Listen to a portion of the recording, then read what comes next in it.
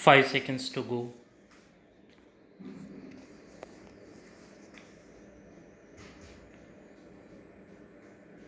Start. The 6-lane corridor project has attracted a lot of comment and some cynicism.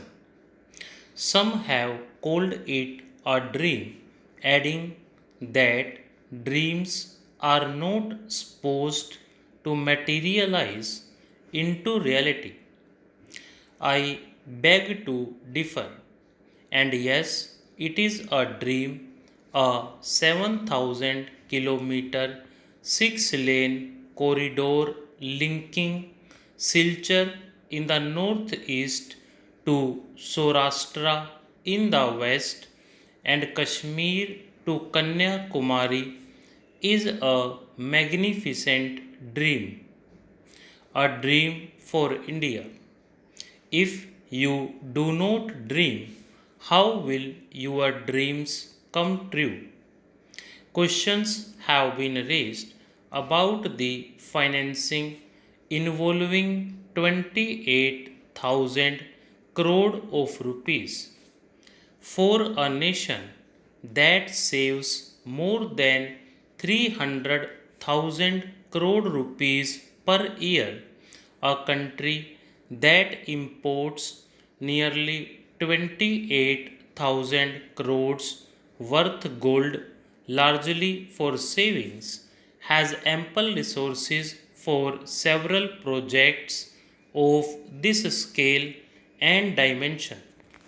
The north south east west corridor, when completed, will save 15,000 crore rupees a year just by way of petroleum products saved and a like amount in wear and tear of vehicles and life and limb of drivers, not taking into account the time saved and efficiency achieved in transportation of goods.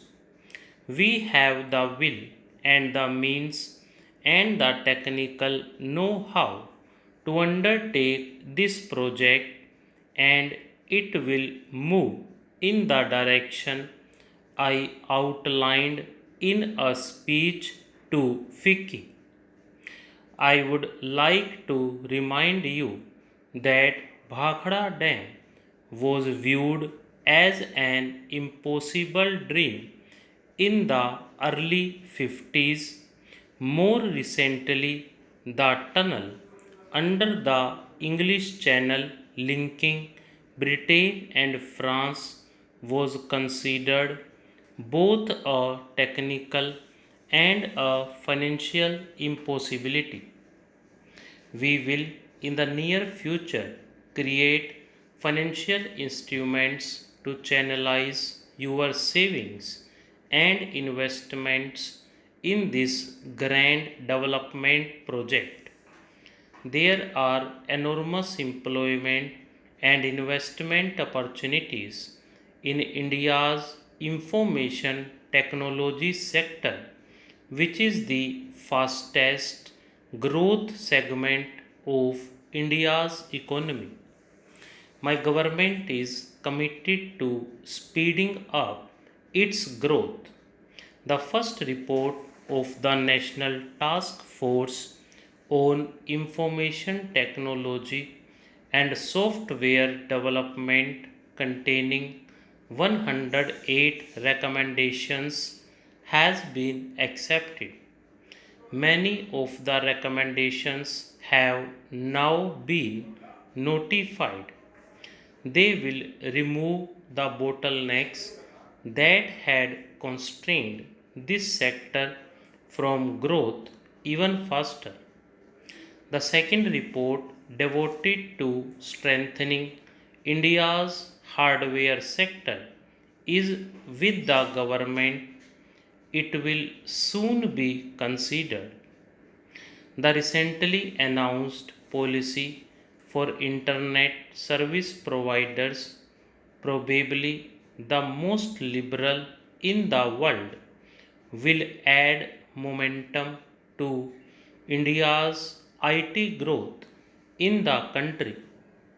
Telecommunications is a vital infrastructure for the development of the economy.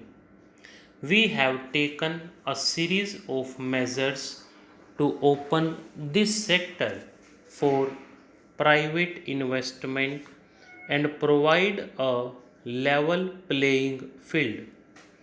We shall announce a new telecom policy soon to achieve a quantum jump in this sector. The global mobile personal communications service has already been permitted and the Iridium project has been launched on November 1st as scheduled.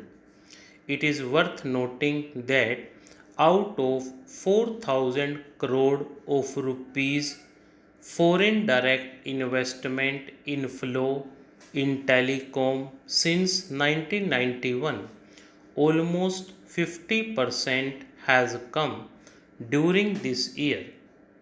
This is an indication of the immense investment opportunities and the improving investment climate in this sector. Government has often been criticized, and rightly so, for being long on policy pronouncements and short on implementation. We shall endeavor to correct this imbalance. Time bound implementation of all decisions shall be demanded and obtained. Government shall enforce accountability for laxity and delay. Effective interministerial coordination shall be ensured so that important policies are quickly translated into action. You shall not find us wanting in this regard. The sustainability of economic reforms is crucially dependent on equitable distribution of the benefits of growth.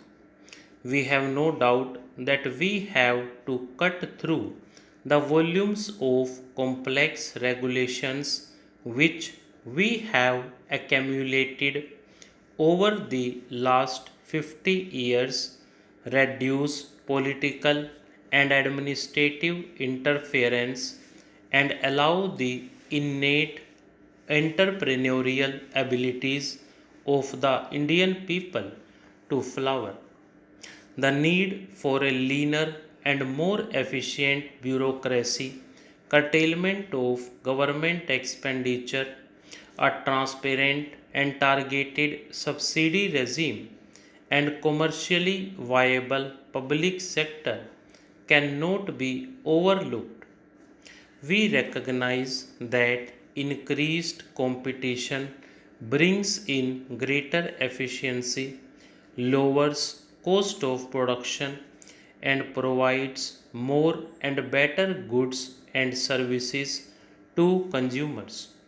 However, the government also appreciates that a more market oriented and less regulated regime does not imply an abdication by the state of its responsibility towards the poor and the disadvantaged. Our policies and programs will adequately reflect both these crucial concerns. Sustainability of reforms in any country is also critically linked to the popular support base of such reforms. The support base would be fast eroded if reforms fail to deliver broad based employment generating growth and make a perceptible dent on poverty. In this context, I am happy to say that reforms in India have indeed been successful not only in preserving this popular sport base but in strengthening it further. In the largest democracy in the world, reforms have not only stayed on course but also actually accelerated even with changes in popularly elected governments. This is only an adequate testimony to the popular base of reform. Stop.